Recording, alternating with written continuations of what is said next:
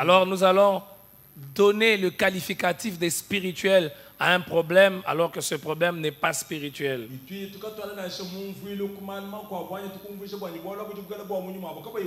Et nous allons vouloir apporter des solutions qui ne seront pas efficaces. Et hier, nous avons pris plusieurs passages. Le premier passage, c'est le passage de cet homme qui était possédé par des mauvais esprits et qui habitait dans les tombeaux.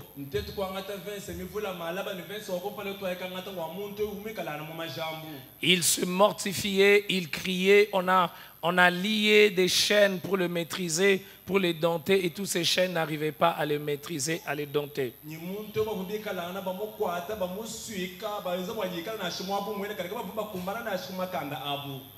Quand Jésus est venu, Jésus n'a pas utilisé les chaînes pour les dompter. Jésus s'est attaqué à la racine de son problème. C'était le mauvais esprit qui l'habitait, qui entraînait toutes les conséquences. Et quand Jésus a chassé le mauvais esprit, cet homme est revenu dans son bon sens. Nous avons pris d'autres passages où des personnes étaient malades et clairement Jésus attache leur maladie à une activité démoniaque.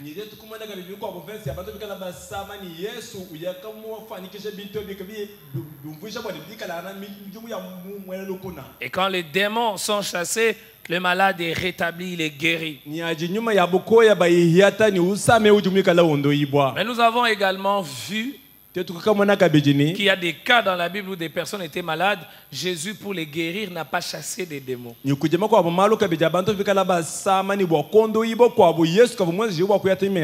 Parce que le soubassement de leur maladie n'était pas une activité démoniaque. Nous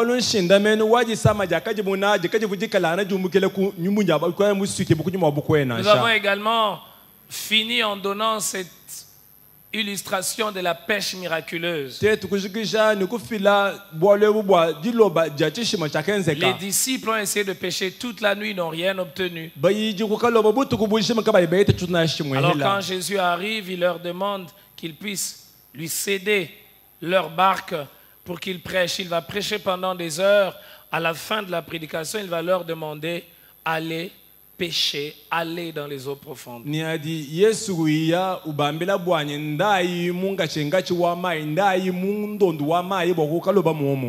ont essayé de travailler toute la nuit, n'ont rien obtenu. Quand Jésus leur a parlé en rapport avec la situation, il leur a pas dit il faut chasser l'esprit des eaux, l'esprit des mers qui a fait que vous ne puissiez pas avoir des poissons aujourd'hui.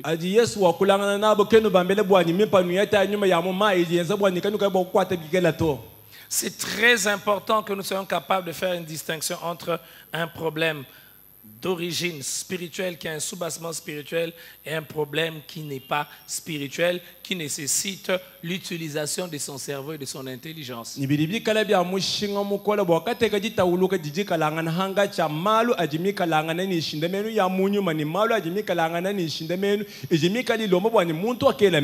Alors nous avons commencé à parler de la pauvreté. Nous avons défini ce que c'est que la pauvreté, ce que c'est qu'un esprit. Et nous avons dit que la pauvreté peut avoir pour cause, disons-le mieux, nous avons dit la pauvreté a généralement pour cause des comportements et des habitudes. Une certaine manière de voir aussi la vie. Et nous avons dit qu'il y a certains comportements qui sont inspirés, qui sont poussés par des mauvais esprits. Et c'est ces comportements qui nous mènent à la pauvreté. Alors nous avons donné l'exemple d'une personne qui est par exemple alcoolique. Il peut être alcoolique parce qu'il y a un mauvais esprit. Mais tout alcoolique n'a pas qu'un problème spirituel. Donc pour celui qui est addict, qui a cette addiction à l'alcool et que cela vient d'un mauvais esprit, en fait le mauvais esprit pousse à un comportement. Et c'est ce comportement-là qui induit la pauvreté. Parce qu'à cause de son alcoolisme, chaque fois qu'il va gagner de l'argent, il va penser à aller prendre de l'alcool. Je suivais l'histoire d'un basketteur célèbre qui s'est retrouvé démuni parce qu'il avait un problème, son addiction à l'alcool et au sexe. Alors il a connu plusieurs femmes, il a eu plusieurs enfants avec plusieurs femmes, et dans leur pays il faut verser une pension, il faut verser, quand tu fais un enfant avec une femme et que vous allez au tribunal, on va te dire tu dois lui verser régulièrement tel montant. Et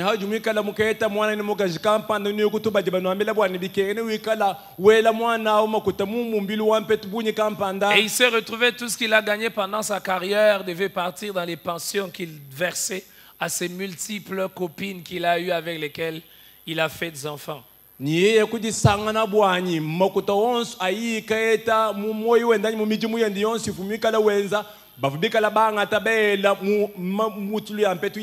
Alors dans ce cas-là, on prie pour cette personne, on chasse le mauvais esprit. Alors je ne sais pas, cet esprit on va l'appeler esprit de pauvreté ou esprit d'alcoolisme ou esprit, mais on va chasser cet esprit.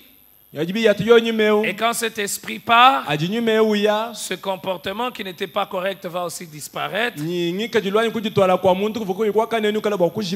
la personne va développer des attitudes saines qui vont l'empêcher de gaspiller ce qu'il avait. Mais il y a des comportements qui n'ont pas pour sous-bassement une action spirituelle, mais qui sont le résultat de l'éducation que l'on a reçue, de la vision que l'on a du monde, des genres d'influences que l'on a, auxquelles on a été exposé, qui font qu'on vit dans la pauvreté.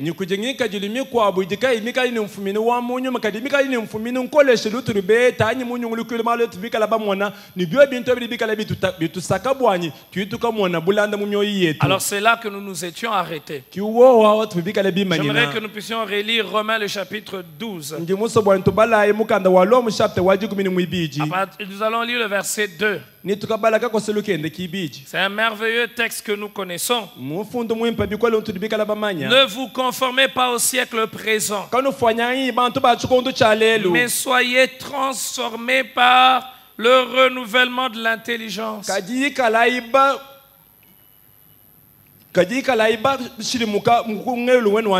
afin que vous discerniez quelle est la volonté de Dieu, ce qui est bon, agréable et parfait. Ce merveilleux verset nous enseigne plusieurs choses. Mais la chose sur laquelle j'aimerais attirer encore notre attention, il dit, soyez transformés par le renouvellement de l'intelligence. Donc lorsque l'intelligence est renouvelée, la transformation peut s'en suivre. Vous savez, nous oublions généralement cette réalité dans nos églises. Alors pour nous, tout changement, toute transformation vient seulement par la prière. Alors j'ai prié. Et puis j'attends le changement. Mais l'apôtre Paul ici nous montre que lorsque l'intelligence de quelqu'un est renouvelée, la transformation peut être effective. Alors vous savez qu'est-ce que nous voulons généralement? Quand nous attribuons tout aux esprits, Cela signifie qu'il n'y a rien en nous qui doit changer.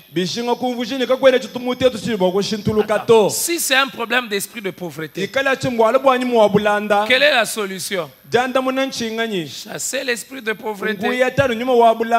Et si on chasse l'esprit de pauvreté, le reste sera automatique. Donc, en réalité, moi, je ne dois rien changer. C'est cet élément étranger qui est en moi qui doit être extirpé. Or, la réalité, c'est que ce n'est pas comme ça que les choses se passent. Nous chassons l'esprit de pauvreté. Nous chassons. Mais nous restons toujours pauvres. Et je rappelle que hier, j'ai défini pour dire que la pauvreté peut toucher plusieurs aspects. C'est l'état de celui qui manque. Ici, nous parlons de la pauvreté financière. Parce que la plupart des fois, nous chassons l'esprit de pauvreté dans nos églises. C'est la pauvreté financière.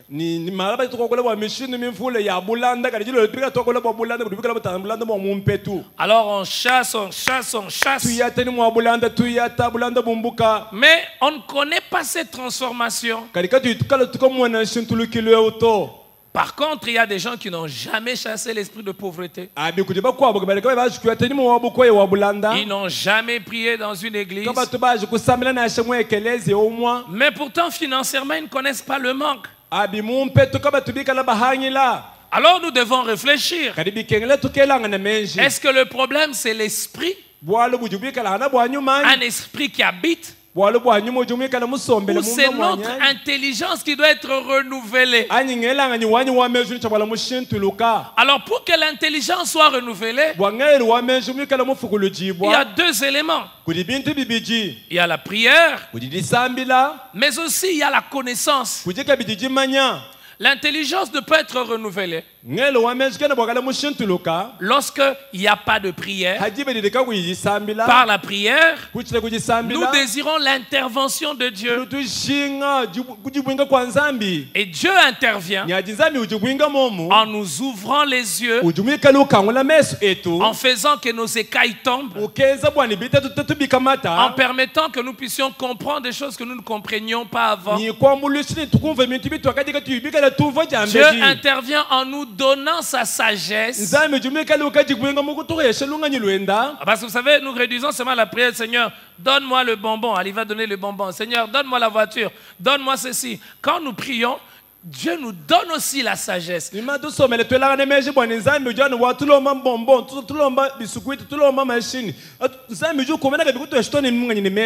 par cette intervention de Dieu, en ce moment, quand nous prions, notre intelligence est renouvelée parce que Dieu nous rend capables à ce moment de comprendre, de percevoir des choses que nous ne percevions pas très bien. Mais le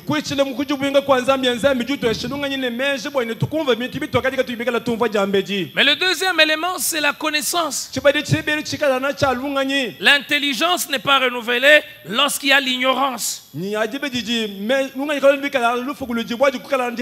faut qu'il y ait un changement à l'intérieur de nous pour que les choses changent à l'extérieur. J'aimerais bien le dire. Rien ne change à l'extérieur si ça n'a pas changé à l'intérieur. Il faut que nous recevions une connaissance, un savoir qui nous permet de voir les choses autrement, d'une autre manière.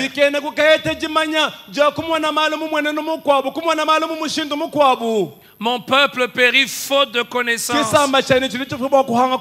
Combien ce verset peut être appliqué à juste mesure en rapport dans le domaine de la pauvreté?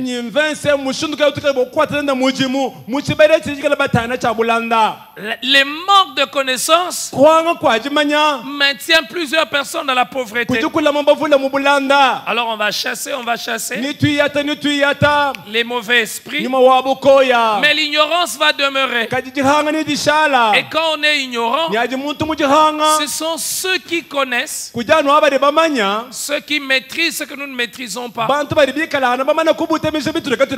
qui auront accès à des possibilités auxquelles nous n'avons pas accès.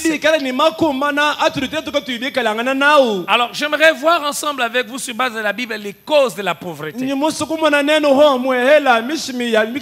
Quelles sont les causes de la pauvreté? Parce que vous savez, c'est trop simple de réduire comme agent causal de la pauvreté qu'un esprit. J'insiste, quand je dis que c'est un esprit, ça veut dire je n'ai rien à faire, c'est cet esprit. Alors chassez les mauvais esprits en moi.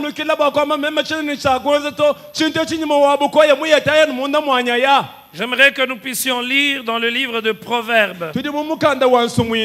Proverbes, le chapitre 6. Et nous lisons à partir du verset 6. Ce proverbe nous parle de la fourmi.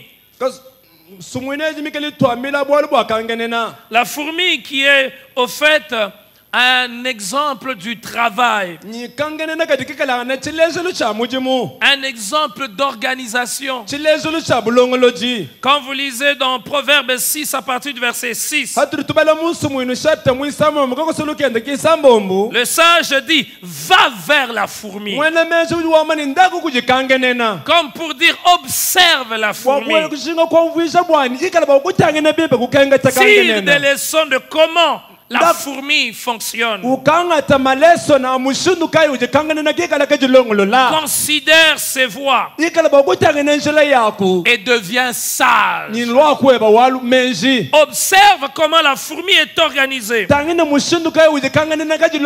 tu vas acquérir la sagesse. Le verset 7. Elle n'a ni chef ni inspecteur, ni maître. Elle n'a pas besoin de superviseur. C'est ce que cela veut dire. Elle n'a pas besoin de quelqu'un qui soit au-dessus d'elle pour lui dicter ce qu'elle doit faire. Elle n'a pas besoin pour se donner à sa tâche qui est quelqu'un qui l'interpelle. Et le verset 8, on dit, elle prépare en été sa nourriture. Elle sait que les saisons ne se ressemblent pas. Elle sait que les temps sont différents. Il y a un temps favorable pour préparer la nourriture. De telle sorte que quand on sera dans une autre période, que ce qu'on a préparé dans le temps favorable nous soit utile. Elle amasse pendant la moisson de quoi manger. Et le verset 9, paresseux, jusqu'à quand seras-tu couché? Quand te lèveras-tu de ton sommeil? Si la pluie vous dérange, je vais tous vous déplacer de ce côté. Les frères de l'autre côté. Jusqu'à quand seras-tu couché? Quand te lèveras-tu de ton sommeil?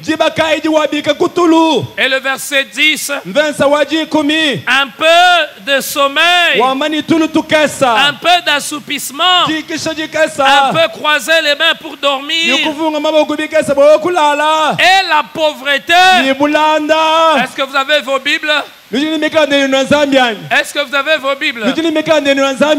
Qui est en train de lire ça dans sa Bible? Le sage dit, et la pauvreté fera quoi? Te surprendra comme un rôdeur. Et la disette comme un homme en armes. Alors c'est quand même fort l'image qu'il utilise ici. Il dit, le sage dit, la pauvreté va te surprendre. Généralement, ce qui nous surprend, C'est ce à quoi on ne s'attend pas. Il a un comportement, mais il n'espère pas, il ne s'attend pas à ce que ce comportement apporte une certaine qualité de vie. Pourtant, c'est une conséquence logique. Va vers la fourmi. Elle n'a pas besoin de maître. Elle n'a pas besoin d'inspecteur. Elle amasse pendant la moisson. Ne sois pas paresseux. Parce qu'un peu de sommeil, quand tu vas te réveiller, le résultat que tu verras ne sera pas le résultat que tu attends. Ici, on établit clairement le lien entre la paresse et la pauvreté. Et les liens, c'est quoi? La paresse accouche la pauvreté. Alors, ce qu'il faut chasser, est-ce l'esprit de pauvreté ou l'esprit de paresse? S'il faut appeler esprit. Maintenant, est-ce que la paresse, elle se chasse en disant au nom de Jésus, paresse part, ou la paresse disparaît en se levant et en décidant de travailler? Frères et sœurs, là où il y a la paresse, même si on a des versets bibliques dans la bouche, la pauvreté sera toujours présente. La pauvreté est à la base, la paresse est à la base de beaucoup de pauvreté. Le paresseux n'aime pas travailler. Il donne des raisons. Il a des alibis. Oh, c'est très difficile. Moi, je ne peux pas faire ce genre de travail. Ce n'est pas facile pour moi. Proverbe 12, le verset 27. Le sage dit ceci: les paresseux ne rôtit pas son gibier. C'est-à-dire, même quand il faut préparer le gibier, il ne le prépare pas. Mais les précieux trésors d'un homme, c'est quoi? C'est l'activité. Frère, le travail n'est pas une malédiction. Le travail est une bénédiction. Et nous devons travailler. Nous ne devons pas que prier. Si la prière à elle seule chassait la pauvreté, alors au Congo on aurait des multimilliardaires. Nous prions. Nous chassons, nous brûlons, nous délogeons, nous jetons. Mais la pauvreté ne disparaît pas. Parce que parmi les causes de la pauvreté, il y a la paresse. Et nous encourageons parfois la paresse en enseignant mal la notion de la grâce. Dieu de grâce, parce qu'il est le Dieu de grâce. Même si je ne fais rien, Dieu va vous surprendre. Vous avez déjà entendu des gens dire ça. Ne vous moquez pas de moi. Mon Dieu va vous surprendre. Tu ne fais rien. Tu croises tes bras. Tu regardes, tu connais toutes les séries. Tous les noms des acteurs de films et de séries. Tu connais le nom de tous les musiciens. Les habits de tous les stars. Mais tu ne connais aucun travail. Même quand on te propose un travail, un homme de mon rang ne peut pas faire ce travail. Tu me vois moi faire ça. J'ai vu des gens dire comme ça. Quand tu lui proposes un travail, il dit un homme de mon niveau ne peut pas faire ce travail-là. Mais entre-temps, tu n'as rien. Et tu marches, tu te promènes de maison en maison pour raconter des histoires. Et la pauvreté sera ton ami. Même si tu pries, même si on t'impose les mains, là où il y a la paresse, la pauvreté établit ses fondements. Et ce n'est pas la prière à ce moment-là qui va faire que la pauvreté s'arrête. C'est quand les paresseux se réveillent et qu'ils se décident de travailler. Quelqu'un va dire, mais je vais travailler comment? Je n'ai pas du travail. Il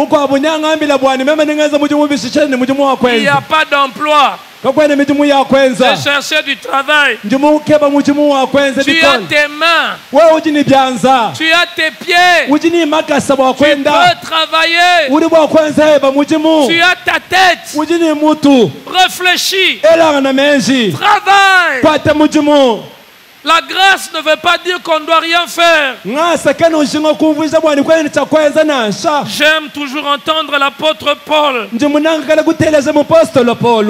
j'ai travaillé plus que les autres. Mais dit la grâce de Dieu. Et vous savez, quand j'entends cela, quand je lis ce passage, je ne vous cache pas, frère, même en tant que prédicateur, je suis interpellé. Parce qu'on peut être un pasteur paresseux. 54 dimanches. Le pasteur lui-même, il a prêché 2 fois. Et tous les autres dimanches, c'est les invités. Comment tu peux avoir un enfant et c'est les invités qui doivent le nourrir? Et quand je lis cette histoire de l'apôtre Paul, il dit, non pas moi, mais la grâce de Dieu a travaillé. Mais quand vous regardez l'apôtre Paul, c'était un travailleur. Il est parti de lieu en lieu. Il a pris des risques. Prêchant l'évangile. Et chaque jour, on était occupé. La première semaine. La deuxième semaine. Lorsque je suis rentré, non, avant de revenir ici, j'ai prêché en une semaine à 4 églises. Un endroit où j'avais un séminaire. Et le dimanche, je prêchais à 3 églises. Et l'autre semaine, je rentre en Bujimaï. Un mercredi. Et vendredi, nous avons eu la campagne. Du côté Katende. Mercredi, vendredi. Samedi. Et la semaine qui a suivi, on a eu 3 jours d'enseignement. Et après, je suis allé à Kolwezi. Et j'ai prêché du dimanche au dimanche. Après, je suis parti à Lubumbashi. J'ai prêché Du mercredi au dimanche. Le mercredi, je rentre en Bujimaï. Le soir, le mercredi. 3 jours d'enseignement. Pourquoi rien ne marche? Et les semaines qui ont suivi. Et là, nous sommes encore là.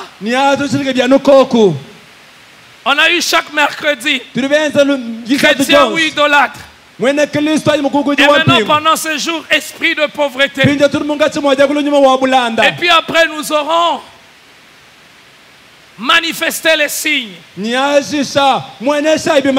Parce que j'ai promis que j'allais enseigner que le chrétien n'est pas derrière les miracles. Les chrétiens ne doivent pas chercher les miracles. Les chrétiens doivent manifester les miracles.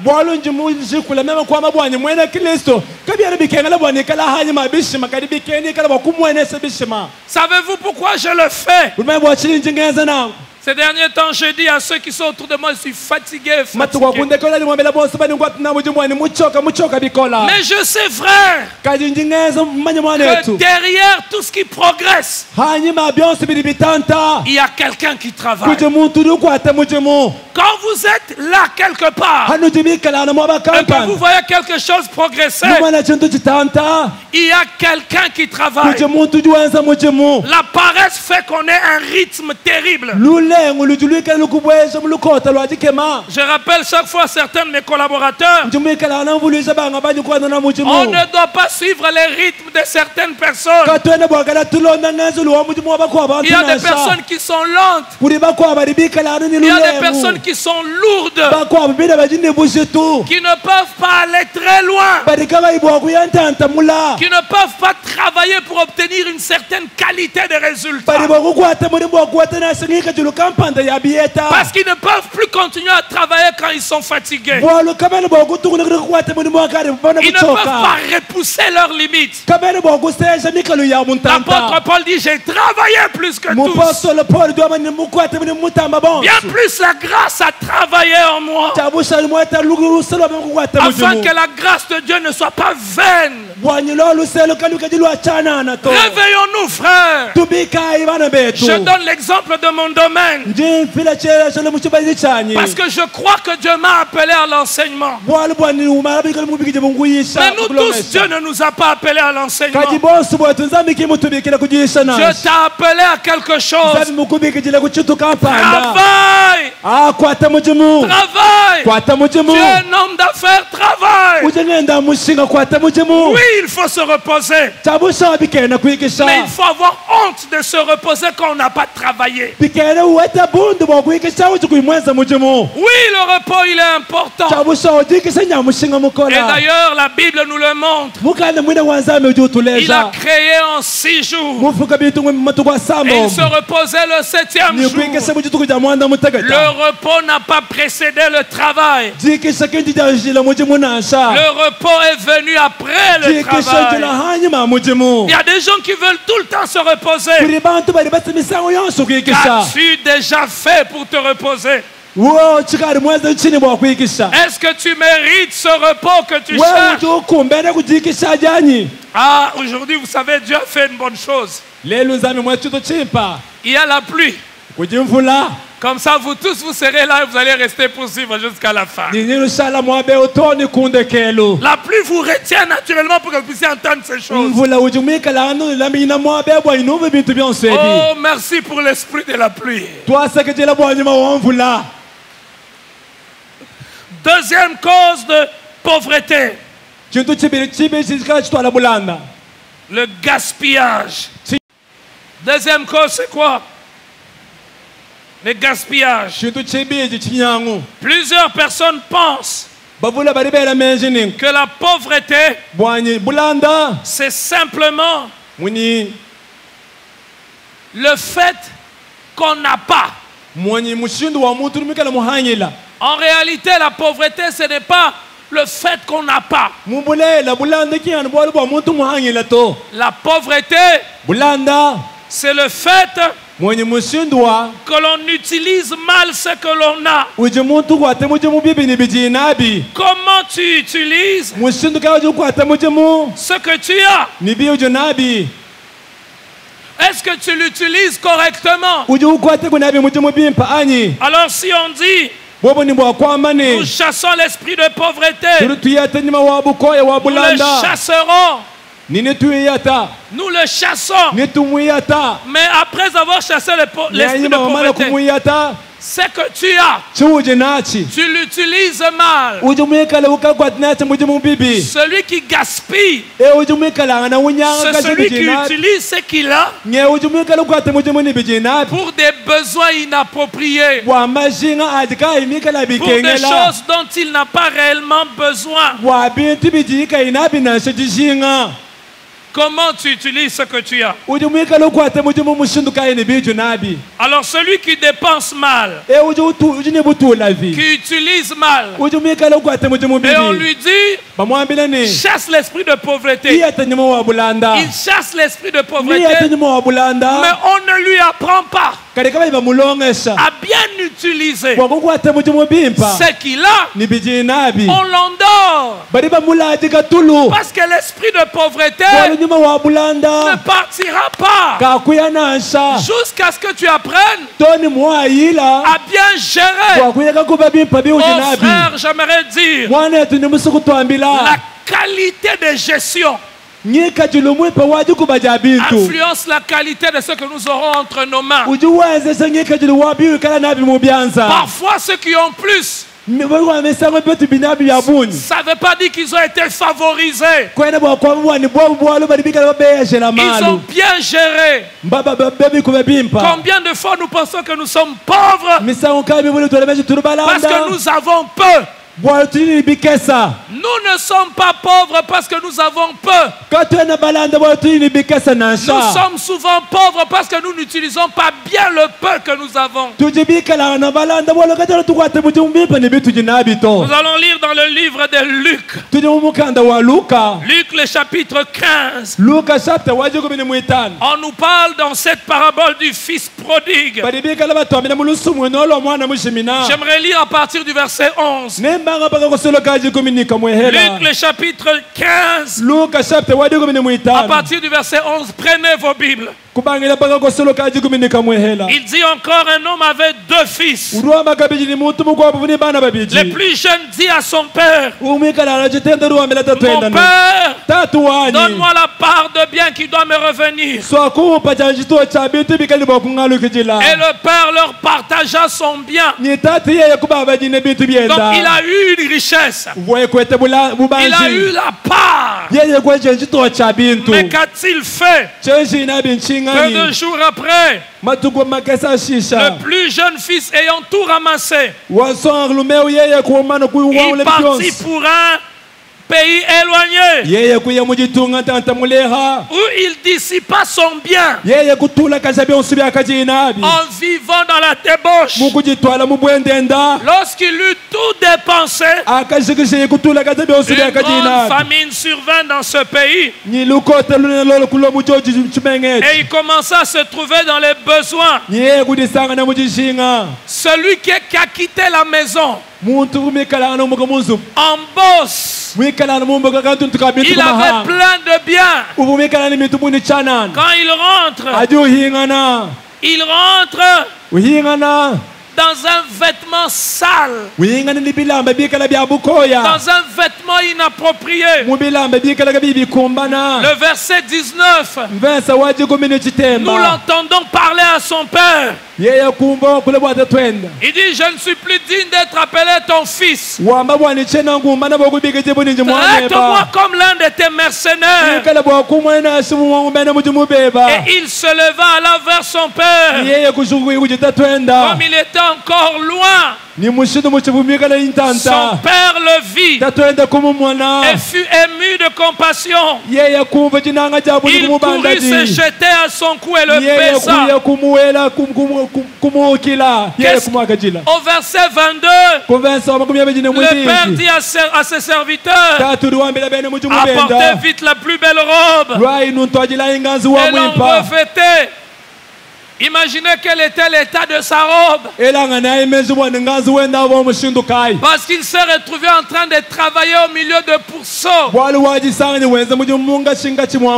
Imaginez la saleté. Il cherchait même la nourriture que mangent les pourceaux. Il n'en avait pas. Qu'est-ce qui était à la base? Est-ce qu'il n'avait pas reçu? Il a reçu. Son problème c'était quoi? Il a mal utilisé ce qu'il a. Frère, nous chassons l'esprit de pauvreté, mais nous gaspillons. Nous utilisons mal ce que nous avons. Quel genre de gestionnaires sommes-nous? Plusieurs sont pauvres, non pas à cause de la famille dans laquelle ils sont nés. Plusieurs sont pauvres, non pas parce qu'ils ne sont pas nés en Europe. Plusieurs sont pauvres parce qu'ils sont paresseux. Plusieurs sont pauvres parce qu'ils gaspillent. J'ai été choqué, renouvelé dans mon intelligence quand j'ai appris cette vérité que j'aimerais vous dire. Partout il y a des hommes riches, il y a des hommes pauvres. Partout. Même dans les villages. Même si vous allez dans un village aujourd'hui, vous trouverez des hommes qui sont riches et des hommes qui sont pauvres. Même là où il y a la pauvreté la plus absolue, vous trouverez des hommes riches. Comme pour dire, la richesse n'est pas liée à un endroit. La richesse n'est pas liée à un environnement. La richesse, c'est ce qui est à l'intérieur de toi. J'ai donc découvert qu'être riche, c'est pas d'abord avoir plus. Être riche, c'est d'abord être. Ah, vous n'avez pas compris. Être riche, vous savez, vous dites pas amen, hein? Mais si j'avais dit au nom de Jésus, tous les démons qui vous combattent, qui font que vous soyez pauvres, je les chasse au nom de Jésus. Vous aurez crié, vous aurez soulevé les chaises. Mais ce n'est pas ça qui nous change. Nous avons tellement fait ces choses dans nos églises, mais les gens restent pauvres. Pourquoi?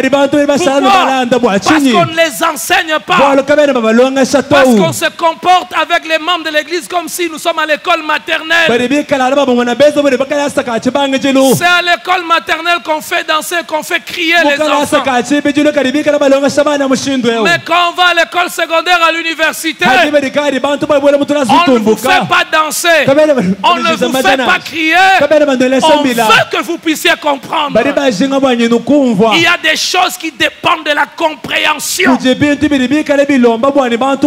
y a des domaines dans lesquels tu n'as pas de résultat si tu n'as pas compris. Même si tu pries, c'est pour cela que j'ai appris à prier autrement. Je prie pour comprendre. Seigneur, aide-moi à comprendre ce qui fait que ce genre d'activité peut marcher. Aide-moi à comprendre ce qui fait qu'on peut avoir des résultats dans ce domaine. Le fils prodigue avait l'argent, il avait des biens, il avait l'héritage quand il quittait la maison de son père, mais il n'était pas riche. Être riche, ce n'est pas avoir plus dans ses mains. Non. Être riche, c'est une manière d'être. Vous savez, quand quelqu'un n'est pas riche à l'intérieur de lui, quel que soit ce que vous mettez entre ses mains, 10 ans après, vous allez le retrouver main vide. C'est comme ça que l'histoire de nos villes est caractérisée par beaucoup de gens. Il a eu un poste important qui lui a permis de gagner beaucoup d'argent. 10 ans après, vous le retrouvez main vide. Il a tout perdu. Enlevez de vos têtes que être riche, c'est avoir plus. Être riche, c'est une manière d'être. Et cette manière d'être, c'est à l'intérieur. Évitez le gaspillage. Évitez d'acheter ce dont on n'a pas besoin. Se permettre des luxes inutiles. Hier, j'en parlais. Tu es étudiant, mais tu as 5 paires de chaussures. Pour faire quoi? Bon, les grands sapeurs, les sapologues ne seront pas de mon avis, bien sûr. Alors vous verrez des personnes. Vous savez, j'ai appris une chose. Là où il y a la richesse, elle ne crie pas. Elle ne fait pas beaucoup de bruit. Mais là où il y a la pauvreté, on porte des habits extravagants. Cette chemise, il vous dit même, cette chemise, je l'ai payée à autant. Frère, les griffes, les habits des grandes griffes, des grandes marques, c'est pour les pauvres. Parce qu'il faut qu'on leur donne l'impression, qu'on leur donne des choses qui vont leur donner l'impression qu'ils sont riches. Ces griffes-là, de haute qualité, c'est pour les pauvres. Le pauvre a besoin de se sentir riche. Pour qu'il se sente riche. Non, vous ne comprenez pas. Le pauvre, il faut qu'on lui donne l'impression qu'il se sent riche. Pour qu'il se sente riche, faisons des choses. Alors je connais, on me racontait l'histoire d'une dame, d'une jeune dame. Elle avait un grand salaire. Mais toutes ces on appelle ça comment c'est que les dames mettent aux mains? Les sacs à main. C'est des sacs de grandes maisons. Alors il dit, ah ça j'ai acheté ça à Dubaï. Quelqu'un me disait, j'ai acheté ce sac. On me racontait une personne qui avait acheté un sac à $5,000. Un tout petit sac comme ça. $5,000, c'est une parcelle à Chibom. C'est une parcelle à PMKO. Mais vous voyez quelqu'un comme ça, il a eu des sacs de 5,000, 10,000. Le jour où il meurt, il n'a même pas laissé un petit terrain. Mais, grand sapeur, Croco, Voilà Croco.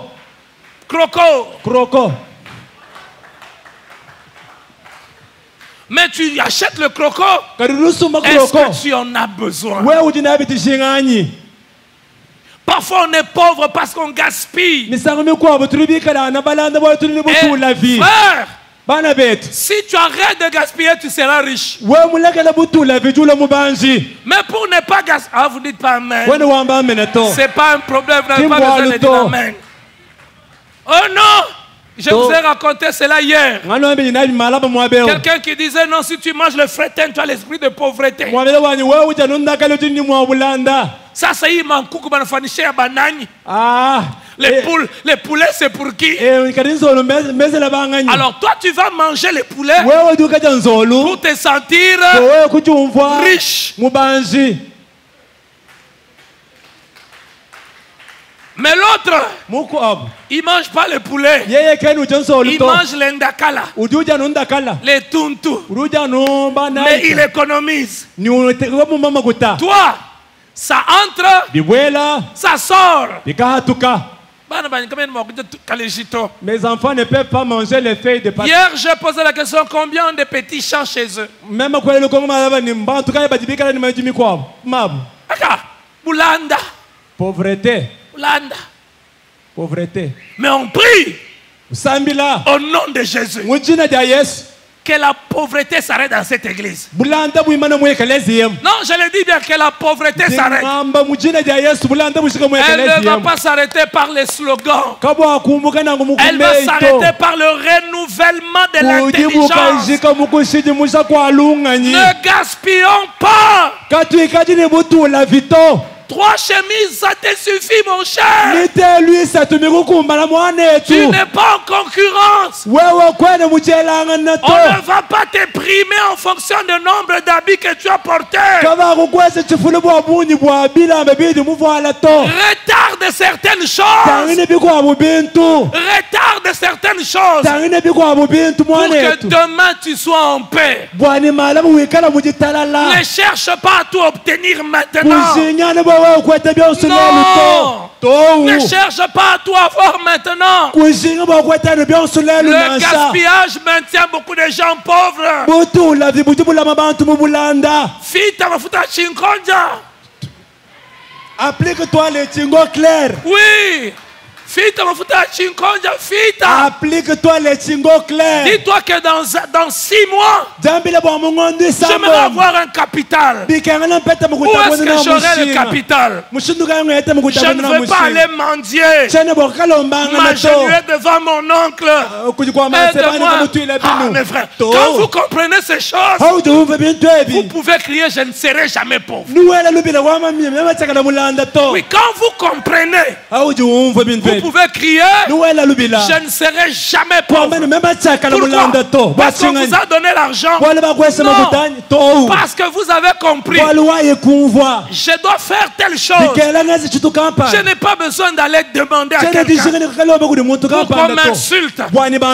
Qu'est-ce que j'ai? Qu'est-ce que je peux me priver aujourd'hui? Je peux sacrifier quoi? Il y a des gens qui ne peuvent pas sacrifier. Okay, pendant 6 mois, Chingo clair, savon les coques. Je me lave avec les coques. L'argent des savons là. Peut-être il y a des gens qui font une lotion de $20. C'est pas un péché. Hein? Si tu en as les moyens. Mais si tu fais une lotion de $20 et que tu n'as aucune activité, tu es maudit.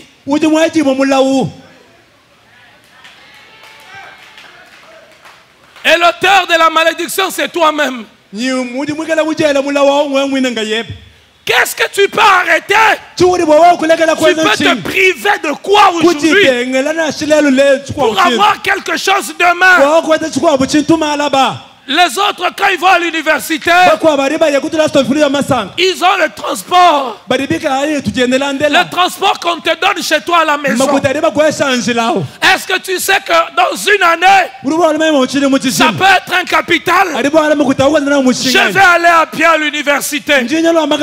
J'entends quelqu'un dire dans son cœur, moi aller à pied. Oui, tu vas aller à l'université avec le transport, mais après tu auras toujours des poches vides. Sacrifie ces choses. Pendant 6 mois, on te donne l'argent de transport. Ligne 11. Réveille-toi très tôt. La vie exige de sacrifice. Frère, la vie exige de sacrifice. Les choses ne doivent pas être faciles. Je vous donne mon exemple. Je sais que les choses ne doivent pas être faciles. Je n'attends pas que ça soit facile. Je dois apprendre, je dois enseigner, je dois apprendre. Je dois enseigner, je dois apprendre. Si moi-même je n'enseigne pas suffisamment à l'église, même mes collaborateurs auront un type de comportement. Il faut qu'ils voient que ce monsieur-là, il peut aller du 1er janvier au 31 décembre et il va enseigner de nouvelles choses. Alors les jours où on les laisse passer ici, ils ne vont pas s'amuser. Pas de toute façon, quand tu t'amuses, je me tais. Et puis tu ne verras plus ici. Ni wewe kwa kumpanda mwabeoto. Tu attendras que Jésus revienne. Ni winjila lwala Yesu. Parce que si moi-même je peux suer ici Hayikala mema mwabeoto pour kachisulu. mieux faire pour Dieu, Boku kwa chile muzame mujimu. je n'accepterai pas que quelqu'un vienne jouer ici. Chena bakwite bosha wa muntu ola kune kwele bile la mwabeoto. Sacrifice. Nikali boku jenzesha. Si on ne veut pas gaspiller, il faut se sacrifier. Te tuko tuibasa boku yekanyanga chibi tunabikene ukajenzesha. Tu sacrifies quoi? Utwe ukajibengele chingani. Il y a même des gens qui ne peuvent pas se mettre pour dire dans 3 mois, j'aimerais avoir tel montant. J'aurai le montant où il prend son budget. Voilà les dépenses que je fais. J'arrête ça, j'arrête ça, j'arrête ça, j'arrête ça. Dans 3 mois, j'aurai. Ah non, moi j'ai. Mukwa mwina kena shibo kusomba kwelanga nemenju bwanyi. Bikena mpeta mukutabunye kampanda chini chini mwa mema kubenga kwenza bwanyi mumbaka sha mukutabunye kampanda bikena ndegele chikampanda chikansanga ni chikankenga. Qu'est-ce que je peux arrêter? Chini mwa mema kulekela kwenza nchingani. Les plantes chaque semaine. Ninjele mema kabelo lumingu los. Non, non, non, non, non. Je vais paraître vieille. Mema bari ba mwene bwani ngakula kaji. Alors cette semaine, Lumingwen. les cheveux sont comme ça. Suki ji yekulusenga L'autre semaine, les cheveux comme ça. Suki ji alo kila hanyi. L'autre semaine, Lumingu lukwa. comme ça. Idi yepinje onungwe. Arrête un peu ça. Lekela gokwet. To. Beauté bouquet fait là. Ah, il y aura diminution de beauté. Qu'est-ce que je peux arrêter encore? Chini mwa mema kulekela kabidi nchingani. Je ne vois rien. Chena mwene chintu to. Je ne vois rien. Chena mwene chintu na. Mais c'est que tu manges à l'université chaque jour. Kadibi uje mukala sama tukonswat. Tu peux arrêter. Uri bo kulekela kala koja. Moi, quand j'ai étudié à l'université, Même vous mekela mutuna stofulu ya de masa. toute façon, on n'avait pas beaucoup de moyens. Mushini oska tafuni mushindo wa On ne nous donnait pas pour aller manger à l'université. Kuba bampashe mukutaka ja mukala sato. Mais il y avait des gens, Kuba boko babantu. chaque jour à l'université. Ye ya misango yonso mukala. Quelqu'un passe avec les boudins. Ye jana bude muhit. Toi, la boudin, toi, la boudin. Amène moi les boudins. Quelqu'un amène les quoi, les pains. Aïe, toi, Go brown ni jump. Amène moi le pain. aïe, toi, les chingagne, toi, les. Vous connaissez des gens comme ça, non? Mais bantu ba mushindo. Des gens gâtés. Bantu ba dibika la ne ba beheji la malu.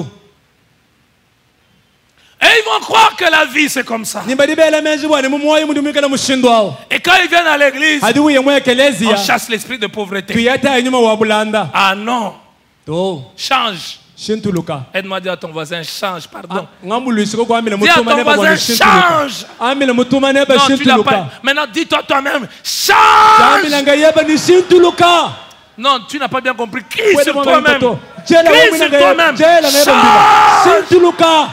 Fais plus de sacrifices. Jitadi shabikola. Prive-toi de certaines choses. Yitaba kujibengele biko bintu. Prive-toi. Jibengele biko bintu Mon mwane. frère, Mwane tu. on n'a pas besoin d'avoir tout à tout moment dans la vie. Katu akala dizegene kala bintu byonso mushukondu cyonso mumoya mto. Je vais vous faire rire. Hein. Ni musuba kunu seka Vous savez, shako. il y a quelqu'un qui m'a dit à une époque, Muntu mukwa bungambira chikondo un kampanda. pasteur comme toi, Pastor buwewe. l'église que tu diriges, Yekeleze uju mais tu lomola. devrais avoir ça. Wewe buni bwa Ça. ni edge. Ni Ça. edge. Ni Ça. edge. Ni edge. Et j'ai regardé son église. Ni anyi ntanga ne keleze wende.